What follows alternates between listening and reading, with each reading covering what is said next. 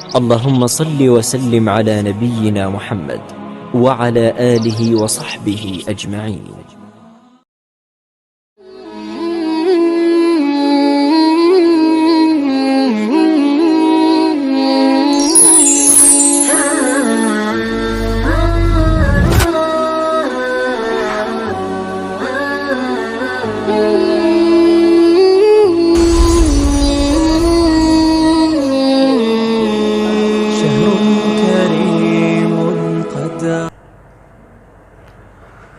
بسم اللہ الرحمن الرحیم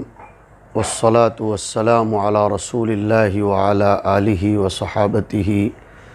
ومن تبعہم بإحسان إلی یوم الدین اما بعد فاعوذ باللہ من الشیطان الرجیم انما کان قول المؤمنین اذا دعوا إلی اللہ ورسولہ لیحکم بینہم ان یقولوا سمعنا وأطعنا وَأُولَئِكَ هُمُ الْمُفْلِحُونَ۔ دوران تلاوت آج اس آیت پر سے گزر ہوا جو معاشرے کے لیے برکات، خیرات، رحمت خداوندی، انوار اور اللہ کی طرف سے مسلسل انعامات کی بارش کا موجب ہے۔ ہم اس آیت پر گفتگو کرنے سے پہلے مختصراً یہ سمجھا دیں کہ ایمان صرف دعوے کا نام نہیں ہے۔ ایمان اذعان قلبی، انقیاد کلی اور بلا چون و چرا تسلیم اور بلا چون و چرا سر تسلیم، سر انقیاد کے خم کر لینے کا نام ہے، چاہے وہ ہماری طبیعت، ہماری منشا، ہماری خواہش، ہماری رغبت اور تمنا کے موافق ہو یا اس کے خلاف ہو۔ اصل میں احکام خداوندی کا سننا، اس میں تو یہود و نصارہ اور مسلمان دونوں مشترک ہیں۔ ہم لوگ صرف بیانات کے سننے کو، تقاریر کے سننے کو، محفلوں میں شرکت کو ہی، اجتماعات میں شرکت کو معاف کیجئے گا، ختم بخاری کے جلسوں میں یا ہم جیسے علماء اور طلباء درس کی محفلوں میں بیٹھ کر سن لینے ہی کو اسلام اور ایمان سمجھتے ہیں، جبکہ سننے کی حد تک تو یہود و نصارہ بھی مشترک تھے۔ وہ بھی کہتے تھے کہ سمعنا، لیکن جو خط امتیاز چیز بنی وہ ہے اطعنا اور عصینا۔ مسلمانوں کو اس کا مکلف کیا گیا کہ وہ یہ کہیں کہ سمعنا و اطعنا، اس لیے کہ یہود و نصارہ نے کہا تھا سمعنا و عصینا۔ اور ایک بہت عجیب نکتے کی بات سناؤں، سورہ بقرہ کی آخری آیتوں میں اللہ رب العزت نے ایمان کو اختصار اور شارٹ کلپ کے اندر بیان فرمایا، اور وہ آیتیں اتنی محتم بالشان فضیلت کی حامل ہیں کہ مرتے وقت، مرنے کے بعد قبر پر بھی ان آیتوں کو پڑھوایا، سنایا جاتا ہے۔ سوتے وقت بھی ان آیتوں کے پڑھنے کی فضیلت آئی کہ آمن الرسول بما انزل الیہ من ربہ والمؤمنون کل آمن باللہ وملائکتہ وکتبہ ورسلہ لا نفرق بین احد من رسلہ۔ اب آیا پوائنٹ وقالوا سمعنا واطعنا۔ غور کیجئے خاص طور پر کہ سمعنا کے بعد اطعنا اگر انسان کہتا ہے تو پھر وہ غفرانک ربنا و الیک المصیر کے مطالبے کا مستحق بنتا ہے، یعنی اللہ تعالیٰ سے مغفرت کی طلب کرنے کا مستحق آدمی تب ہی بنتا ہے جب احکام خداوندی کو سن کر اس کو درجہ عمل اور مرتبہ انقیاد و تسلیم میں لے آئے۔ میں نے جیسے ذکر کیا کہ یہ خط فاصل اور حد امتیاز ہے، اسی لیے ابھی جو میں نے شروع میں آیت پڑھی اس میں اللہ رب العزت ارشاد فرماتے ہیں کہ انما کان قول المؤمنین، کہ مسلمانوں کا جواب جب انہیں اللہ رسول کی طرف بلایا جاتا ہے، جب انہیں خدا رسول کا کوئی حکم سنایا جاتا ہے تو ان کا جواب یہ ہوتا ہے کہ سمعنا و اطعنا، ہم نے بات سن لی اور ہم نے بلا چون و چرا اس کی حکمت، مصلحت، علت مانے بغیر اس کو تسلیم کر لیا۔ ایسے ہی لوگ کامیاب ہوتے ہیں اور ایسے ہی لوگوں کو اللہ کی طرف سے رحمتیں اور انوار ملتے ہیں۔ اصل میں یہاں میں اپنے سامعین کو یہ بھی بتاتا چلوں کہ شریعت کے احکام اور فیصلے دو قسم کے ہوتے ہیں، ایک تعبدی احکام، ایک تعقلی احکام۔ تعبدی احکام اس میں بندے کی شان عبدیت کا نرا امتحان ہوتا ہے کہ بندہ اپنے اندر عبدیت کتنی رکھتا ہے اور اپنے خدا کے سامنے وہ کتنا جھکتا ہے۔ امور تعبدیہ کی علتوں کو تلاش کرنے والا مہا بے وقوف ہے۔ امور تعبدیہ کی حکمتوں اور مصلحتوں کو تلاش نہیں کرنا چاہیے،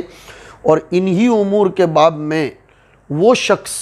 بلکہ وہ شخصیت جس کے قلب کو، دماغ کو، اس کے جگر کو اللہ تعالیٰ نے علوم نبوت کے لیے اتنا کھولا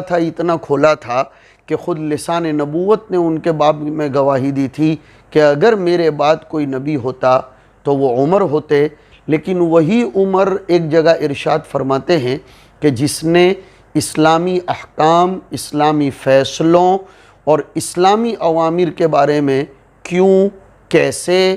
اور اس کی علتوں کے بارے میں تتبع کیا اور اس کے بارے میں تجسس کیا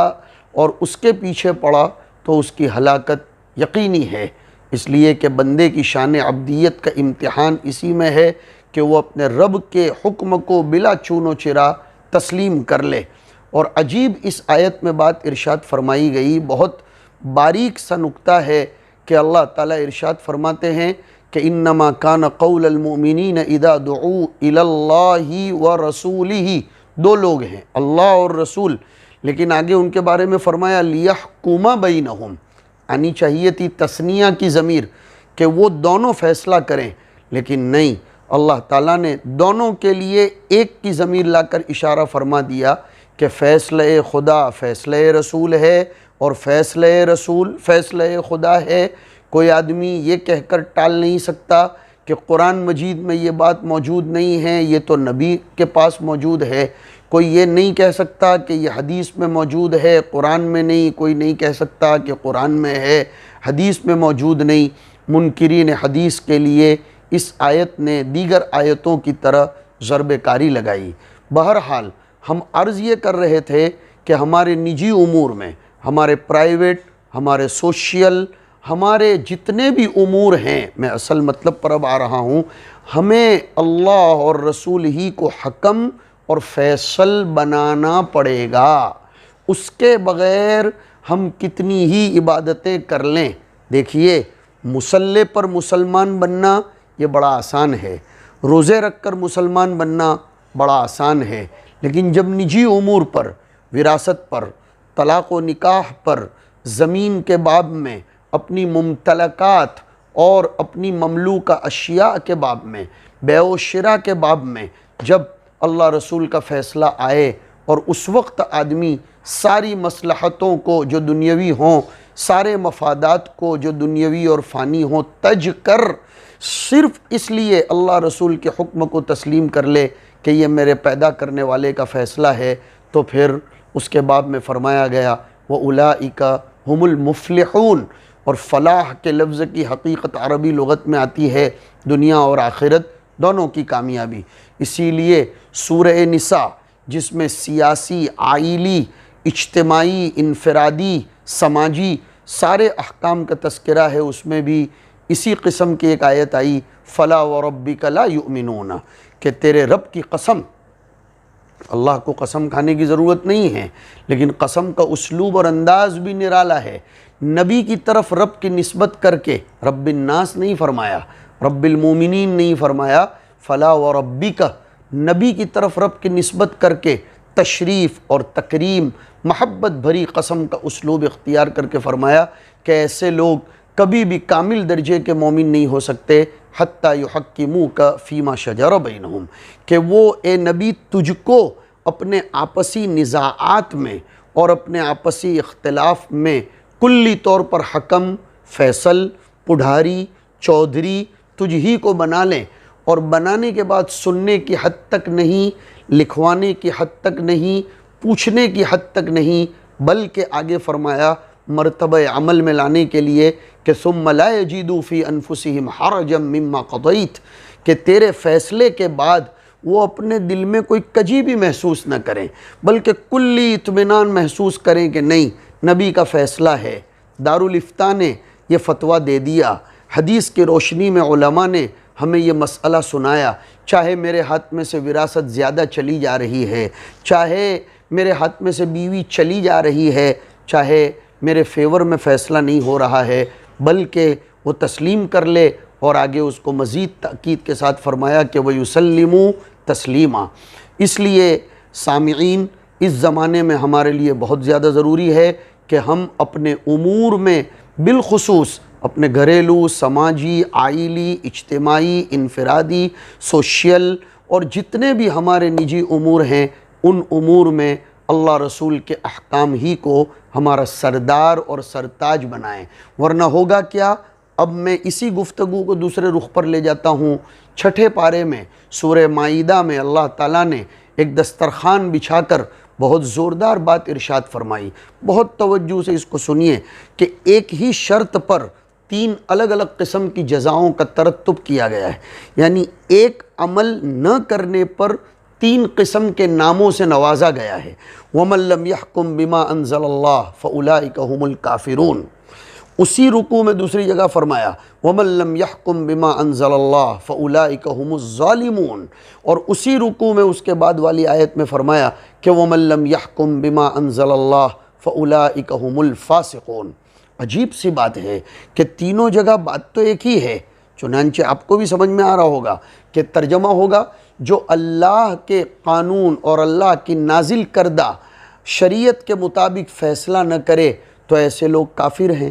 تھوڑی دیر کے بعد ایسے لوگوں کو فاسق کہا گیا، تھوڑی دیر کے بعد ایسے لوگوں کو ظالم کہا گیا۔ کیا بات ہے؟ کیا راز ہے؟ کہیں کافر، کہیں فاسق تو کہیں ظالم کہا گیا۔ علماء نے بہت اچھی توجیہ لکھی ہے کہ اگر ایک شخص بغور اس حقیقت کو سنیں اور اپنا جائزہ لیں، احتساب کریں، ہمارے اس زمانے میں ہمارے پاس احتساب نفس کی بہت بڑی کمی ہے، ہم لوگوں کا احتساب تو بہت کرتے ہیں اور پھر اس کے بعد میں اپنے آپ کو ثواب پر بھی محمول کرتے ہیں، لیکن اپنے آپ کا احتساب نہیں کرتے۔ اللہ رب العزت ارشاد فرمانا چاہتے ہیں، اب میں اس کی تفسیر مختصراً کرتا ہوں۔ اگر کوئی شخص قانون شریعت کو اور نبی کے حکم کو خلاف مصلحت، خلاف تہذیب، خلاف مقتضی زمانہ سمجھتا ہے اور اللہ کے قانون میں، نبی کے دستور میں تغیر اور تبدل کا متقاضی ہے، اور وہ یہ کہتا ہے، آج کل یہ چیزیں ہمارے اندر بکثرت پائی جاتی ہیں کہ ہم کہتے ہیں یہ 1400 سال پرانی بات ہو گئی، یہ عربوں کا معاشرہ تھا، وہ تو صحابہ تھے اور وہ پہلے کے لوگ تھے۔ اگر اس طرح کے کومنٹس کر کے کوئی آدمی خدا رسول کے حکم پر فیصلہ نہیں کرتا ہے تو پھر اس کے بارے میں 2 ٹوک اعلان کر دیا گیا کہ ایسے لوگ کافر ہیں۔ لہٰذا دیکھو، ایک بات بہت باریک سمجھاتا ہوں، شریعت کے کسی حکم پر عمل نہ کر سکنا یا عمل نہ کر پانا، اس سے آدمی کافر نہیں بنتا، لیکن کومنٹ کرنا اور اس کے اوپر مختلف قسم کی ٹپڑی کرنا اور اس کو خلاف مصلحت سمجھنا، خلاف تہذیب سمجھنا اور دور حاضر کے تقاضوں کے ساتھ ہم آہنگ نہ سمجھنا، یہ آدمی کو کافر بنا دیتا ہے، نعوذ باللہ من ذالک۔ اور اگر ایک آدمی قانون خداوندی کو خلاف مصلحت تو نہیں سمجھتا، خلاف تہذیب تو نہیں سمجھتا، لیکن نفسانی خواہشات کے غلبے کی بنیاد پر، سماج کے تقاضوں کے غلبے کی بنیاد پر غلبہ خواہش کی بنیاد پر یا دنیاوی مصلحت اور دنیاوی معذوری اور مجبوری کی بنا پر وہ قانون خداوندی پر عمل نہیں کر پاتا تو ایسا آدمی کافر تو نہیں ہوگا لیکن وہ ظالم ضرور کہا جائے گا۔ یعنی لیس ہوا کفر الذی تذہبون الیہ بل ہوا کفر دون کفر۔ علماء کرام جنہوں نے بخاری شریف کی کتاب الایمان کو واقعتاً بخاری سمجھ کر پڑھا ہو اور انہوں نے امام بخاری کے فلسفے کو سمجھا ہو تو وہ اس سے سمجھ سکتے ہیں کہ ایسے عمل کو کفر عملی قرار دیا گیا ہے، کفر اعتقادی نہیں۔ یعنی لیس الکفر الذی تذہبون الیہ، وہ کفر مراد نہیں ہے جس کی طرف ہمارا ذہن جاتا ہے، بلکہ وہ کفر دون کفر، کفر کی کیٹیگری ہے، جیسے ایمان کی کیٹیگری ہے ویسے یہ آدمی ایسا کافر ہوگا جس کو کافر اعتقادی تو نہیں کہہ سکتے لیکن ظالم کہیں گے، یعنی کافر عملی کہلایا جائے گا۔ جیسے ایک آدمی نماز پڑھنے کا قائل تو ہے، اس کے وجوب کا قائل تو ہے، لیکن نفسانی خواہشات کے غلبے کی بنیاد پر پڑھتا نہیں ہے، تو ایسے آدمی کو بھی حدیث میں من ترک الصلاۃ متعمدا فقد کفر فرمایا گیا۔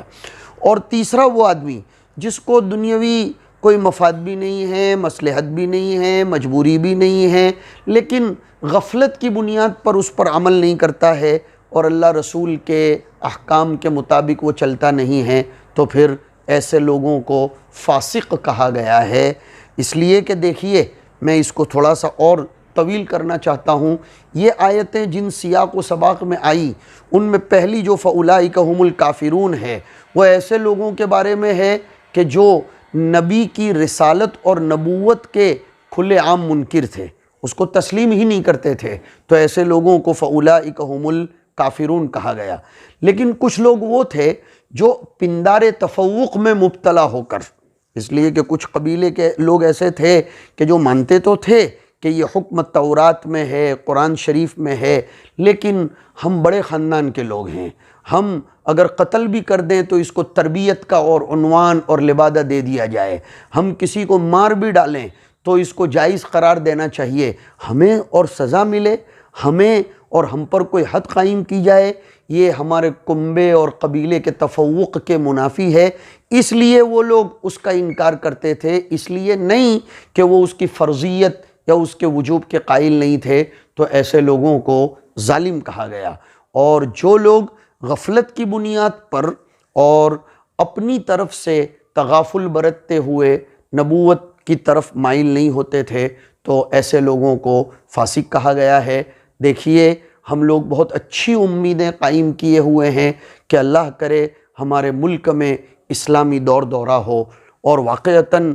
ہمیں امید ہی نہیں یقین ہے۔ میں حضرت مولانا علی میاں صاحب رحمۃ اللہ علیہ کا وہ جملہ اپنے طلباء کے سامنے بار بار دہراتا ہوں، آج اس کو آپ کے سامنے بھی ذکر کروں کہ تخریب تعمیر کا نقشہ ہوتی ہے، تخریب یہ تعمیر کا پیش خیمہ ہوتی ہے۔ تو اب آنے والے دنوں میں انشاءاللہ تعالی وہ تشنگی پانے والے لوگوں کو ہمیں اللہ اور اس کے رسول کے احکام دینے ہیں، ہمیں اس کو سمجھنا چاہیے۔ جگہ جگہ دارالقضاء قائم کرنے کی ضرورت ہے۔ طلاق ثلاثہ کا جو معاملہ ہندوستان میں آیا، ہم نے اس کے خلاف کتنے ایجیٹیشنز کیے ہوں، کلیکٹر کو میمورنڈمز دیے ہوں، ٹھیک ہے یہ ہم نے جمہوری ملک کی پاسداری کی رعایت میں کچھ کر لیا، لیکن حقیقت یہ ہے ہمارے پاس اپنے نجی مفتیان، ہمارے پاس اپنے نجی دارالقضاء، دارالامارت ہونے چاہیے جس میں قرآن اور حدیث کے مطابق فیصلے کیے جائیں، اور مسلمان اپنے فیصلے جب تک اپنے قائم کردہ دارالقضاء کی طرف نہیں لے جائیں گے تب تک وہ حکومت کی ان رشا دوانیوں اور ناپاک ارادوں کی تکمیل میں آڑے نہیں آ سکتے۔ وہ آڑے تب ہی آئیں گے جب عملی طور پر یہ طے کر لیں کہ حکومت چاہے انٹرنیشنل لیول پر کتنا بڑا خطرناک قانون بنائے، لیکن ہم تو ہمارے طلاق و نکاح، وراثت، کفن دفن اور دیگر جتنے بھی امور ہیں ان سب کو اللہ رسول کے احکام اور دارالقضاء میں لے جائیں گے، تو پھر اللہ کی طرف سے زبردست نور، برکتیں نازل ہوتی ہیں۔ اس لیے کہ آخری ایک لفظ کہہ دوں، صرف نماز روزے پر اللہ کی مدد موقوف نہیں ہے، بلکہ ہمارے خود کے اعمال جتنے اچھے اوپر جائیں گے، الیہ یصعد الکلم الطیب والعمل الصالح یرفعہ، اتنے اچھے فیصلے اللہ تعالیٰ کی طرف سے اتریں گے۔ اللہ ہمیں ان آیتوں کی حقیقت سمجھا دے۔ وصلی اللہ علی النبی الکریم۔ قد أطل شهر الصيام والعمل، أبشر